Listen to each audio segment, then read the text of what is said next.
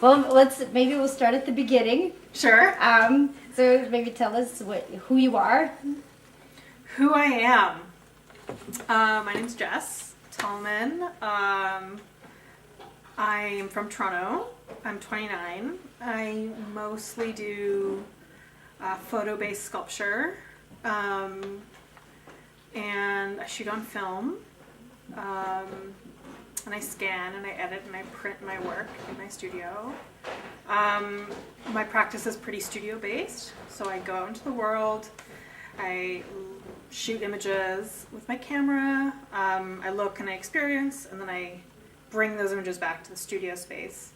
And then I work with them. So printing, looking, thinking, cutting, folding, doing it all over again, which eventually ends up into a single final thing. But it takes a long time for a work to kind of start from like when I hit the shutter to like that piece. So, which isn't even the final piece, that's just a mock, like a maquette of what it'll look like when it's finished. Sorry, I have to sneeze. Bless you. Okay, I think that's it. That was great. That's good? Okay. Cool.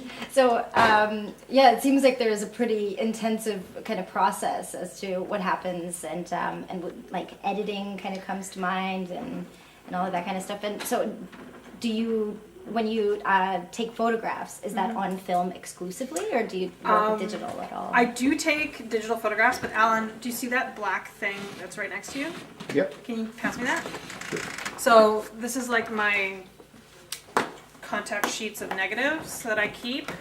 So like everything I shoot, I have a contact sheet, and then these are the negatives that go with them. Amazing. So, and this is just a record of everything I've shot over years and years and years. I label everything. But yeah, film, like shooting on film, this is 35 millimeter, is like a big part of my practice because I like the way the grain feels and looks. It looks really different than a digital camera. I like that I only have 36 exposures or 24 exposures in a roll. I like loading the film.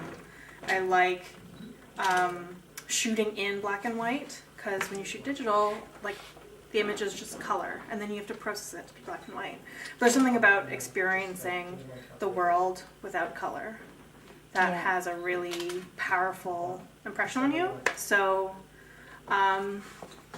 yep, everything is shot on film except the photographs that I use archival material. So like things that I don't shoot. So that's also part of my practice.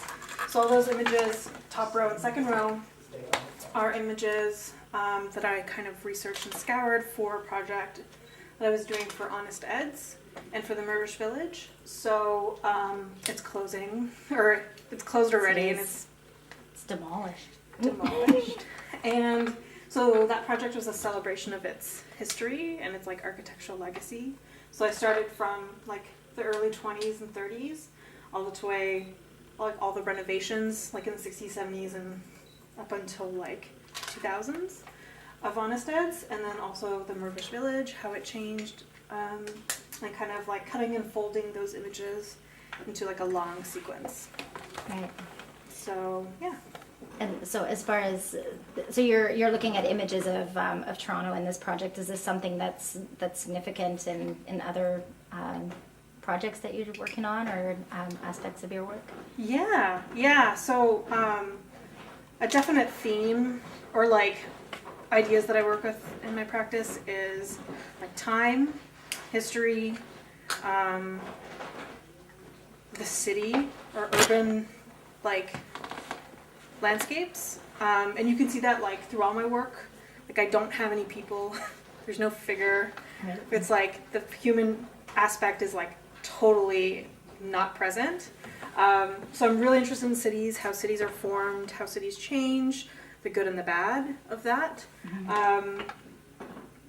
And yeah, and kind of all of my work, I feel like the buildings are a stand-in for the human experience, because they've experienced a lot over time. Like that city hall, building. Right.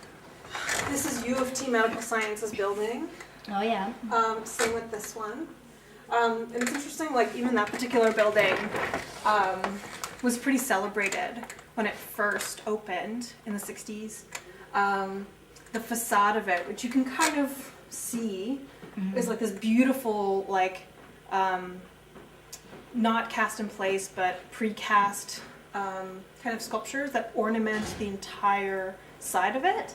And now, I mean, like they probably celebrated sculptor, which made a collaboration with the architect.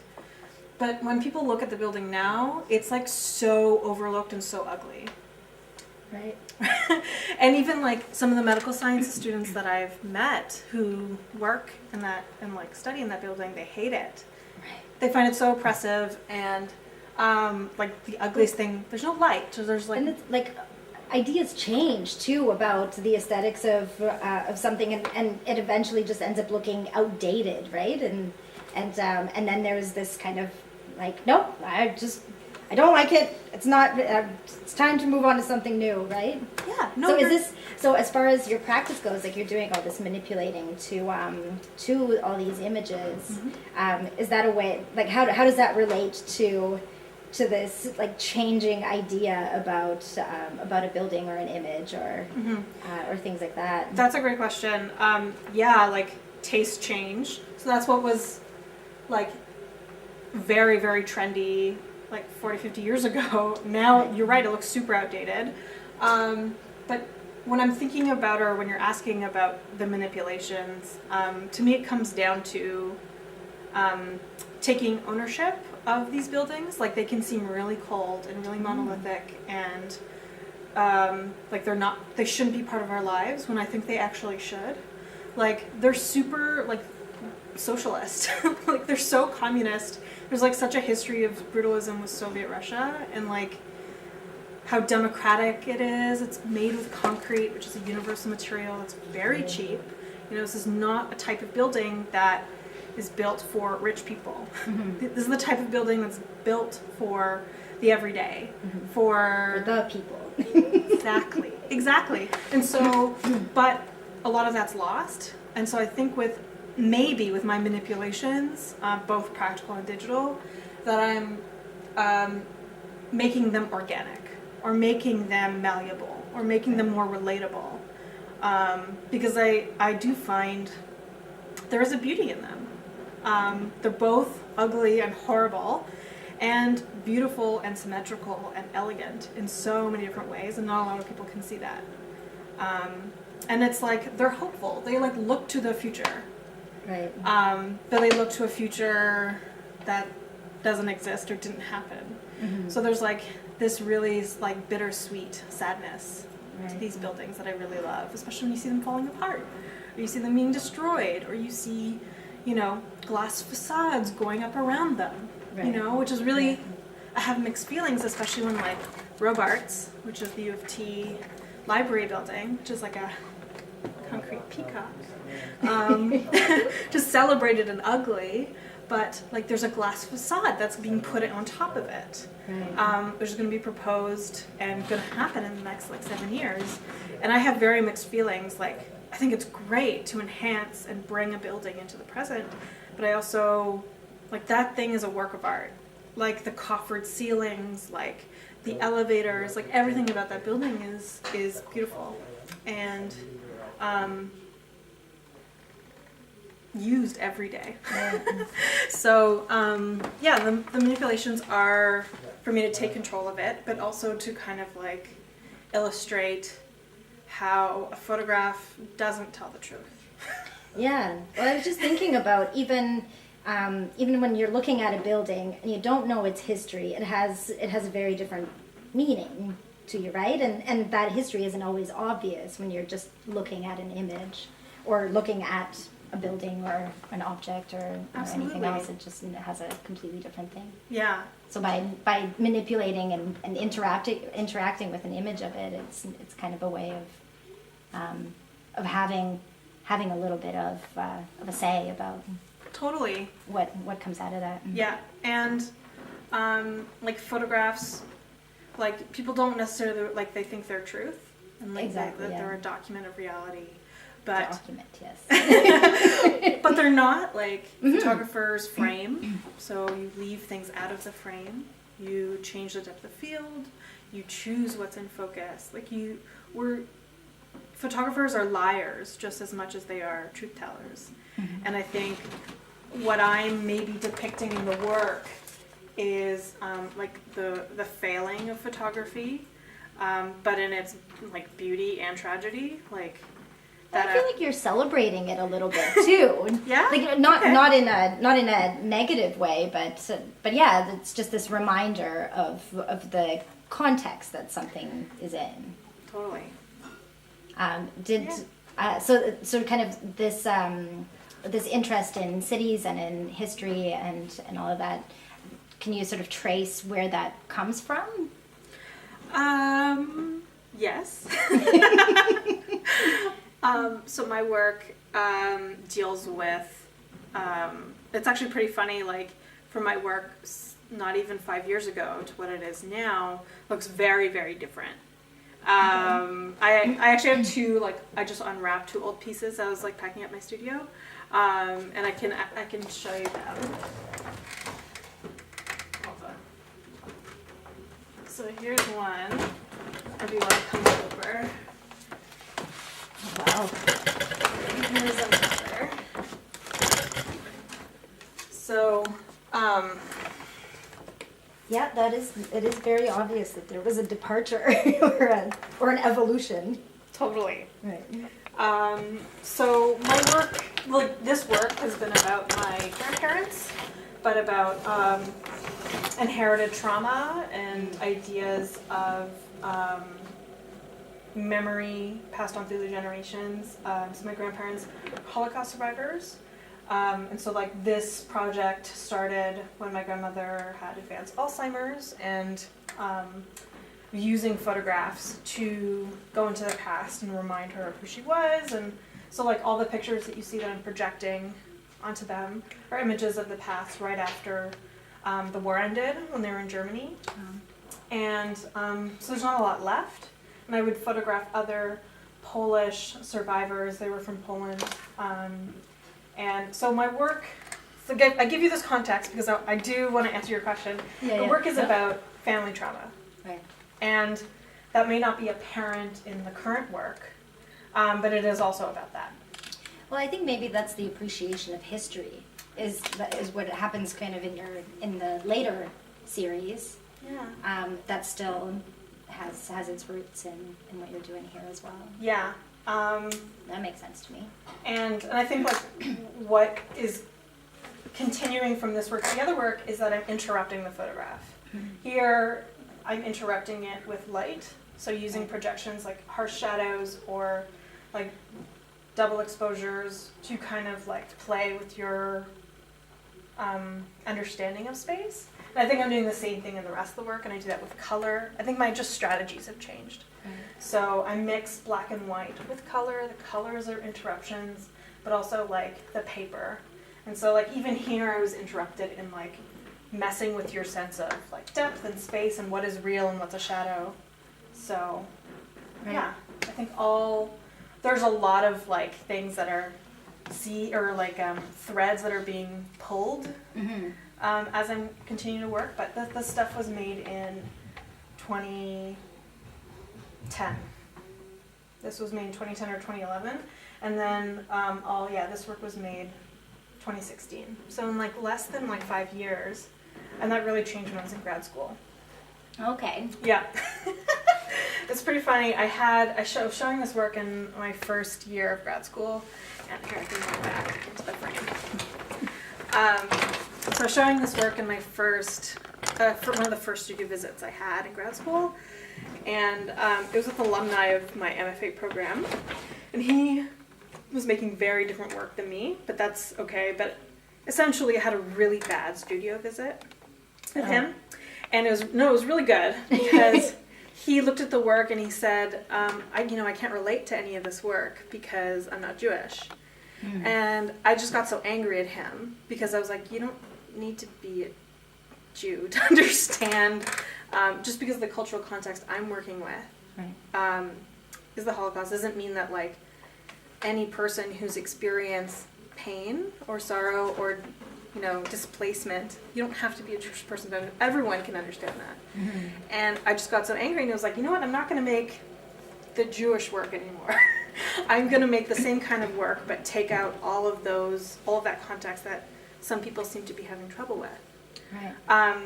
And that's sort of what I did. Mm-hmm. And I've kind of emptied out my photographs of people. But in some ways, the history and the time and the emotion hopefully is still there. So that's a long-winded story of like where my work started and how it's changed and why. And I localized that change from that studio visit. Right. Very actively so, which was interesting.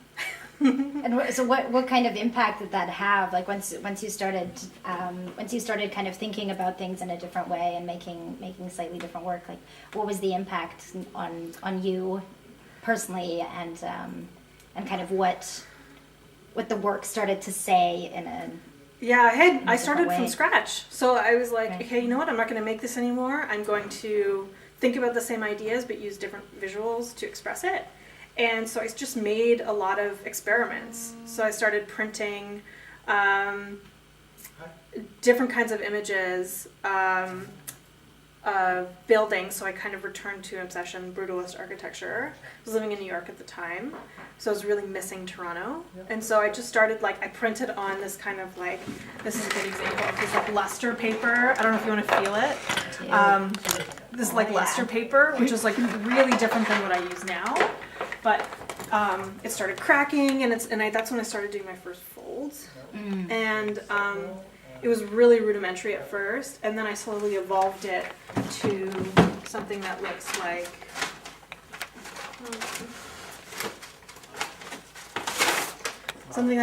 this. Oh, wow. Yeah. So it took me a while. It took me 6 months to figure out the right kind of it's called a triangle tessellation fold. So if you can see it, there's a grid of triangles that are all the same, and then I realized if I can scrunch it, I can fold something and make it look organic, or make it look like moss within it, and I can create these really cool architectural shapes out of a piece of paper. Right. And it was really incredible to turn something flat into something that was had dimension. Mm-hmm. So that was a pretty, especially coming from a photography background, right? That surface is so important. Yeah, in photography, right. For sure. And that totally changed my practice. Yeah. And I've been in increments trying more and more to make sculpture. So my first iteration. In January, I had a solo exhibition where I finally started printing on metal. Amazing. So this is my first fold that's in 3D. And so it actually comes off, or you can even just sit on the table by itself. Like a freestanding sculpture. And I'm playing with that even more. So the next test that I'm doing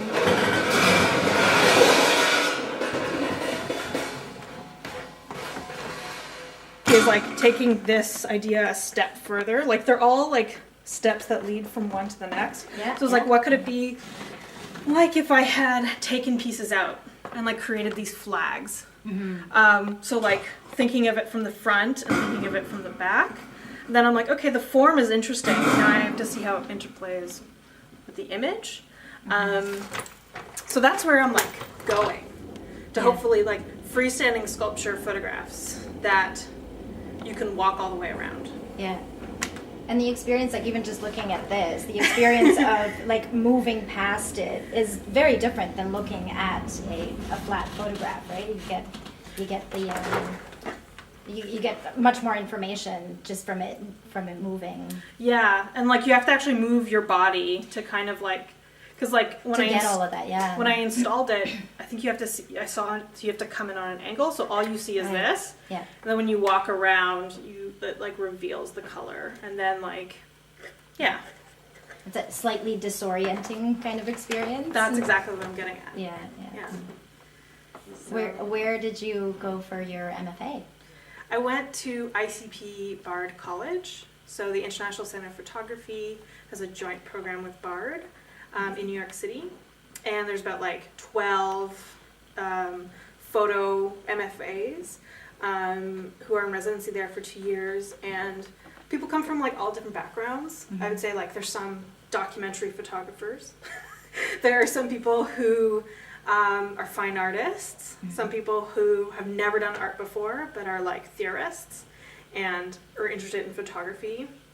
And then you have a wide range of people, but and a wide range of ages. And I loved my MFA program. Like I think it was pretty groundbreaking and like an amazing experience. And I like shared and I learned a lot.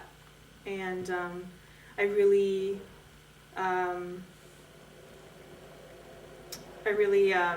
appreciate the time and space that I decided to take myself and not go to grad school in Canada. Right. Could have gone to OCAD or Concordia, but I wanted to make a big leap, I guess. Yeah. Well, it seems like it's had that impact on your work as well. Yeah. Which is really significant. Yeah, which you can see. Yeah, absolutely. What was it like being and working in New York? As opposed to here? Expensive. Yeah. Very expensive. I'm still in major debt from my MFA, but it's interesting. I feel like it's so ironic. The experiences of living in New York is really tough because the disparity between the haves and have-nots is even greater than Toronto. Toronto, I feel like, is a much better place to live and just exist. But for some reason, the art scene in New York was way more welcoming Okay. than Toronto. How do you mean? I feel like there's so many different kinds of art circles in New York that you'll fit into one of them. Right. You can fit into the Lower East Side, you can fit into Brooklyn, you don't have to be in the Chelsea commercial art scene. I feel like, and there's a lot of women who are working, or at least I've met women photographers in New York that I admire and love wholeheartedly. And at the time, there weren't a lot of women photographers working in Toronto or even just known in Canada. And that was a big, reason why I kind of left. There's no one I really wanted to work with. And I felt like Toronto, at least in the photo scene, was very narrow-minded. Wow. And like you have to make a certain kind of work to be recognized. And I feel like it's a very homogeneous art scene. Yeah. And it's not how your work looks, it's what you're talking about. And if you don't fit in to what is trendy or what, the big words of the scene are, then it's not really paid attention to. And moving to New York and like showing there, I felt like it didn't matter.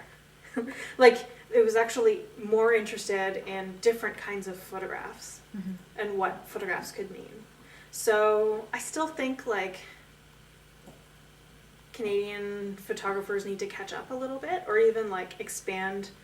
I mean, really the only person who I can think of is like Sarah Swinar or Jessica Eaton, who are making really, really cutting edge photographs or thinking about the photograph in a different way.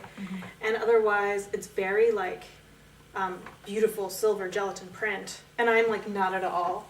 Right. Like I'm like interested in bucking that system and tearing and ripping and folding my photographs. So I don't feel like the Toronto scene is as welcoming. Even now I don't feel that way. Not just for my own work, but for other really interesting work that's being made that no one is paying attention to because they're so busy focusing on 3 or 4 people that they want to hold up anyways. Yeah. Sorry, that's my little rant. About no, I don't think art you're scene. sorry about that at all. You could edit that out, right? But it sounds like it's kind of like it was easier maybe to find community when you were in New York in a way. Yes. But it was harder to live there. Yeah, I know. The great paradox. Yeah. Whereas maybe here And I wonder if it's got something to do with how big the audience is too. Oh. You know, because I'm thinking like New York is gigantic, obviously, right? And I think that's what happens sometimes is like when you narrow the pool down of people who are actually interested in something, then it kind of edits out some of the more cutting edge stuff. Yeah, no, you're right. Like, I remember the first time I went to, as part of our program in the first year, we have to have a table at the New York Art Book Fair. And I was like, oh, I didn't know there was an art fair about books. That's so cool. You know what I mean? Yeah. And then I realized, oh, this is a regular thing that's been around in New York for like 10 decades. Yeah. And then as soon as I moved back to Toronto in 2015, Toronto had its first Toronto Art Book Fair. Right. So it's just like, I mean, I don't want to illustrate how behind the times Toronto is, but like it is a growing audience. Yeah. And that's yeah. what you're saying. That And I think that happens across like all disciplines in the arts and here, where it's just kind of like that one step, not quite yet there. yeah, You know? but it is getting there now that we Yeah. have two. We have Edition and we have Toronto Art Book Fair. Yeah. So And there's a growing interest in it as well, right? Like it's like if you build it, they will come, right? But the building it takes a lot of effort because yeah, yeah, you're right. The audience, I think, is a big thing. And then certain galleries are shutting down. critical mass, I think, too. You know? Yeah, totally. So, yeah. But well, as far as maybe talking about community, Yeah. how did you find yourself here at Akin? I was sitting in my studio in Brooklyn, and I knew my visa was expiring in about 2 months. And I knew I was moving back to Toronto. Trump had just gotten elected. And and I absolutely knew that I needed a studio. Like, I had invested so much and I sacrificed like my personal life, you know, and moving to New York. Like, I left my partner behind, I left my family, I was there alone, that I knew I had to not move back to Toronto and just get a job and like stop my art career, but I had to continue it. And having a studio was like, I knew this quintessential thing that I needed to make that happen. And so I just did research. I was like, Googled studio space in Toronto. And then Artscape. Which is a very frustrating search. I've done that one as well a number of times. Oh yeah. So you're like Craigslist, $1,600 for a garage or something. Yeah, and there's like 4 listings. Yeah. Absolutely. Yeah. Absolutely. Come work in the dungeon with no windows. And I'm like, yeah. yeah. No. So it was like Artscape was like the number one I knew. But at the time they really didn't, they had the distillery, they had Witchwood Barns, they were kind of too far and too expensive. And then Akin came up in my Google search, and I had emailed Oliver at the time, and they seemed really receptive and really open. And when I did move back to Toronto, like a month or 2 later, I like distinctly remember walking, I was like so nervous, because I was like, I literally moved back to Toronto 2 or 3 days prior. And then I met Michael at Akin Dufferin. I walked into the room, and he was just like standing there with his like laptop, and it definitely like looked like a grungy artist. It was great, and like the space at Akin Dufferin is very is not as clean as DuPont are here. It was like very much like kiln ceramics, and it just had like an awesome atmosphere. And as soon as I like walked in and we started talking, I could just tell instantly that like this was a community, or at least a relationship that had like a lot to it. And so I just like immediately had like a gut reaction. I was like, yep, okay. And maybe not this building, but he's like, you can go to this other one at Wade, and like I'll meet you there or whatever. And so I came here, and like that day I got studio space. Yeah. It was, I just kind of had an instinct that this was it, and I hadn't really met anyone else, but yeah, I could just tell that the programming that they do is really important. And like that first month I went to all like the show and tells, every single event, like the gallery crawls, like those things are vital. They are really vital. Yeah. And I think that working in a creative field, it's also vital to have a community. And I think that Akin gets it really right in a lot of ways for fostering that and having it available. Yeah, and I knew I didn't want to, would have been cheaper to have a studio in my apartment. Would have been cheaper and easier maybe to just go in with one or two other people, create my own space. But there was something about like having access to not only just the events, but like walking around and seeing other people's work and then talking to other people that was one of the basis of the best experiences in grad school that I wanted to replicate here. And I do have it, which is pretty phenomenal because I do know a lot of people from grad school who didn't continue that and need the studio space to make work. And it's a big expense, but it is invaluable. Like I can make a piece and then like call out to Atanas. He was like, Atanas, this piece is not working. Can you come over here? He comes over and we talk about it for a few minutes. He's like, I think you should cut this or do this. And then do you know what I mean? Like I need that to feed off someone else's eyes and someone else's like insight. And like I super appreciate that. And then I made like 5 different versions that he was there for and guided me through, or like we can bounce ideas off each other. And same thing, like when he can't like input, he's a designer, which hopefully we'll do an interview with him too. But like, or he needs help like scanning something, or he needs help like photographing a piece to insert in one of his designs. Like I'm there to help, which is part of why I feel very close, and it's their kin. Get it? Like I can. Yeah, I find that that in the arts, like when you don't have money, what you need is people, and so it's like that's kind of like a cool trade-off, right? Is if you can't just kind of like pay for the things that you need to get done, then you just need people to collaborate with in a lot of ways. Yeah, and I really feel like to get your next show, it's not someone who's going to pick you up out of obscurity. No. It's your friend who curates you, or like sending an opportunity to another friend. Oh, it's like, hey, let's be in a show together. You know what I mean? Yeah. Like that's how things actually happen. Yeah, exactly. And that's why I also love interviewing other artists and seeing other people's studio practice, because I get inspired by it and I make work that responds to it, or we help each other out in a like different opportunity. Yeah. So. Yeah, and then you have this network, and you don't feel like everything is on your shoulders, because there are options and there's opportunities, and that's what people are. Totally. Yeah. So we're here at Akin Lansdowne, and we don't have very much time left. Yeah. How do you feel about having to move out of the space? I feel like it was inevitable.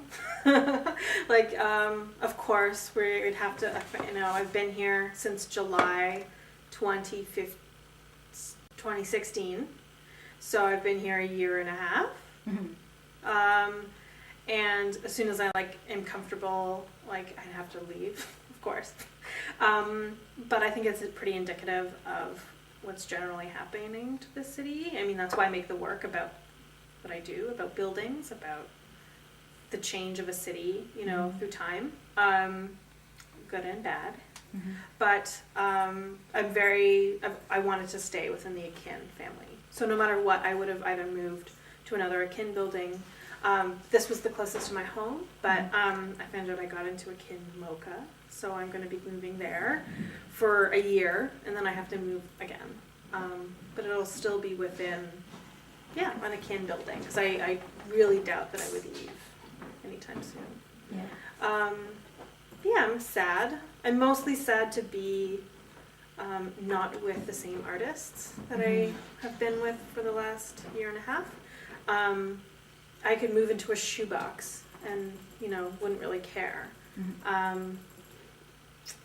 Because I like coming to the studio every day. It's the people I'm going to see, because of Friday afternoon beers, because of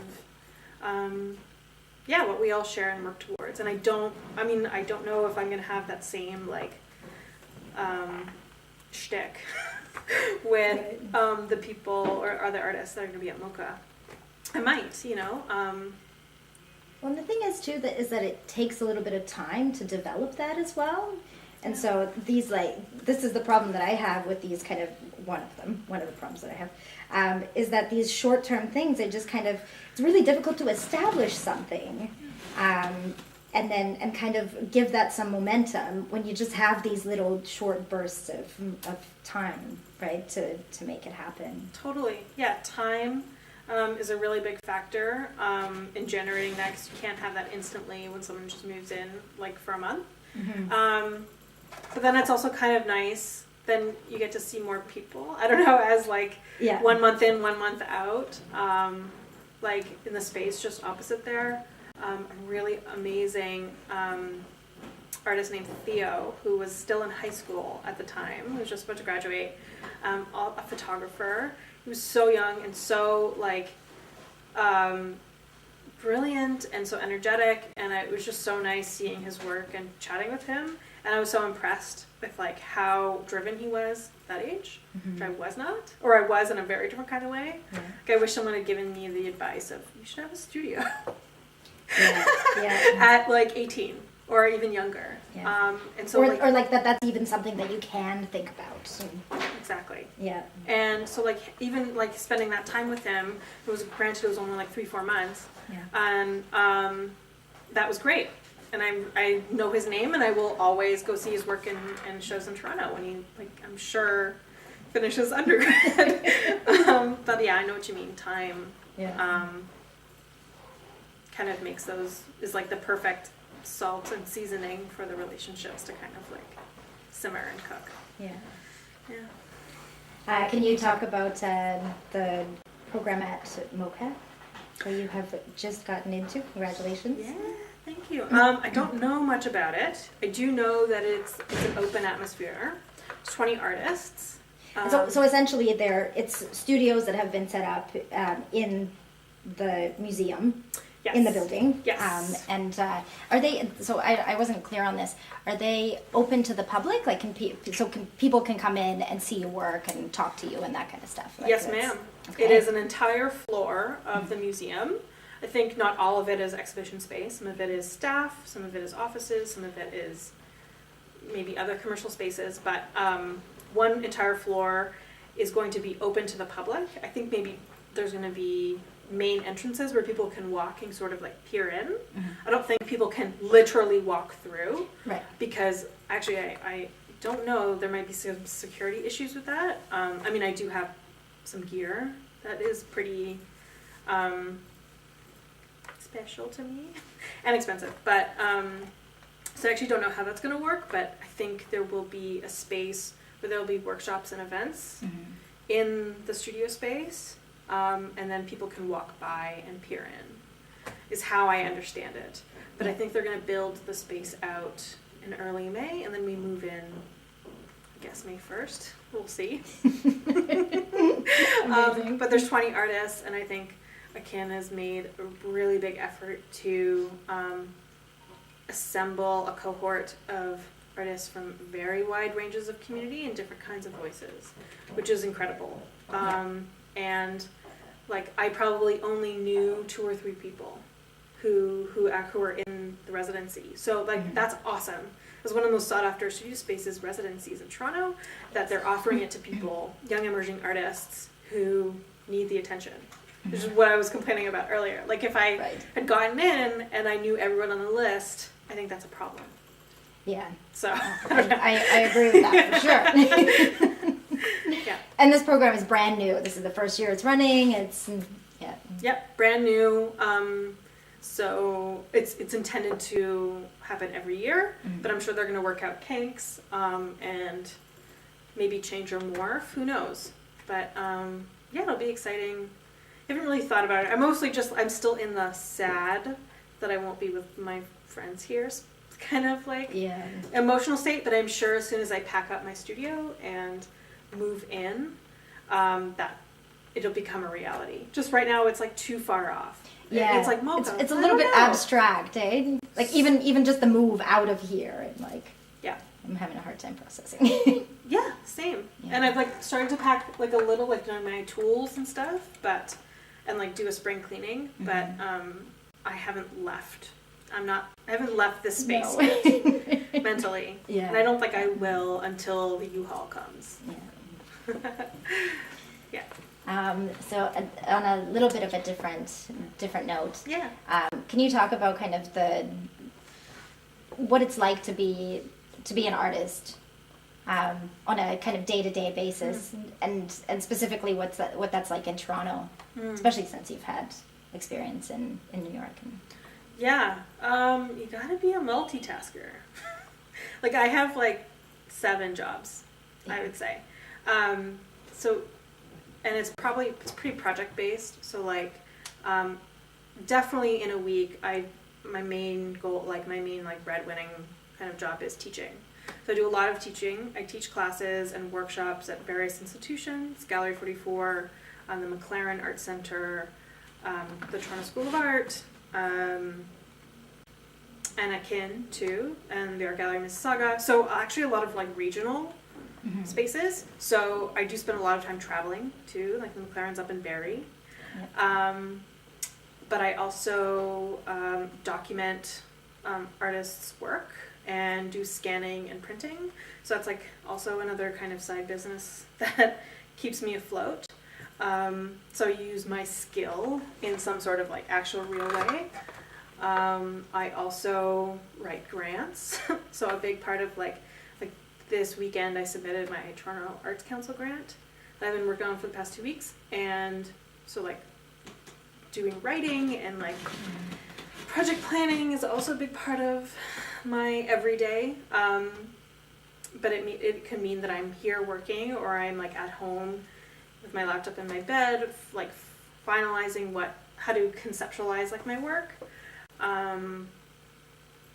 I also have some private students that I tutor. I have like 1 or 2 people who just want to learn photography in Lightroom, and I teach very basic and then more advanced Photoshop skills and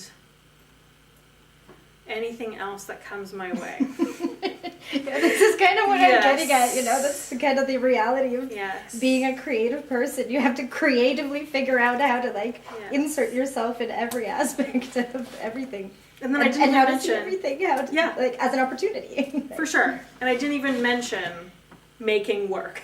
So Yeah, that's a job. exactly. So that's a job. So I make art, and then I put on exhibitions. I curate. I write. I also last month I wrote an exhibition review for C Magazine. So that as a writer, getting some money in, I really think it's important. There's an artist, Stephen Beckley, who makes amazing photographs, 3-dimensional, really interested, like super like experimental work, and I just I was like, everyone needs to know about this. So I wrote a review, and I interviewed him.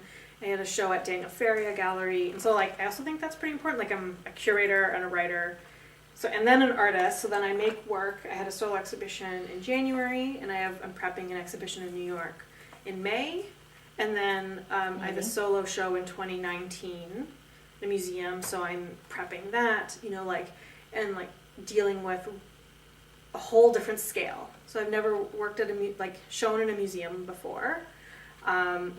It's the Varley Art Gallery in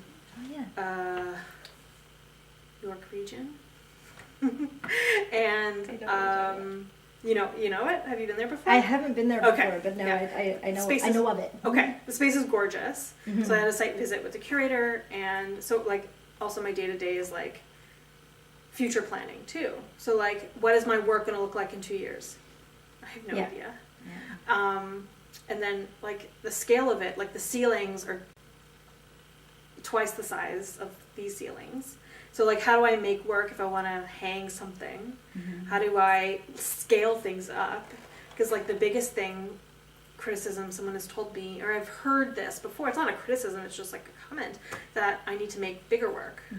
And so how can I do that with the space that I have, 100 square foot? So that's a challenge I'm gonna I've never dealt with before, and I'm gonna have to figure out. Do I make the work on site? Do I do it in pieces? how am I going to conceive it? I don't know. There's always this engineering aspect to the whole thing. Like, how am I going to make this work? I have no experience in like figuring this kind of thing out, but I just have to do it. You're exactly So right. I will. Yeah, and I have You to know? figure it out. So Yeah. that's a thing I can see this year that I have to really figure out. Mm-hmm. I'm starting, but like this needs to be like 10 times bigger. If I was going to put this piece in a show.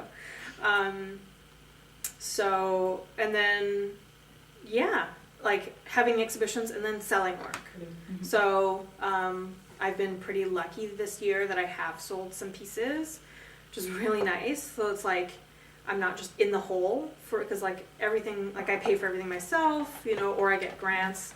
But, you know, like for one piece, or I mean, like for one piece that I made I donated at an auction. I made like 7 different versions I printed the same image 7 times to like actually make one thing that I would donate. Yeah. So, like there's a lot that goes into it that, and time too, that was like 2 days of work. And like 2 days of work, it doesn't sound like a lot in the context, but it's 2 days of not teaching, 2 days of not doing another gig, or 2 days of not, I don't know, working some Joe job to kind of, you know, make ends meet. Yeah. And I don't think there's any shame in that. I think, I mean, that's great if like some artists can live on their sales alone, or just being an artist. Like that's fantastic. That's the dream. But I definitely haven't achieved that yet, and nor do I think that's even really possible in Canada. I doubt there's a commercial artist that's viable enough to do that. So teaching is one way, I think. And I actually really love and really like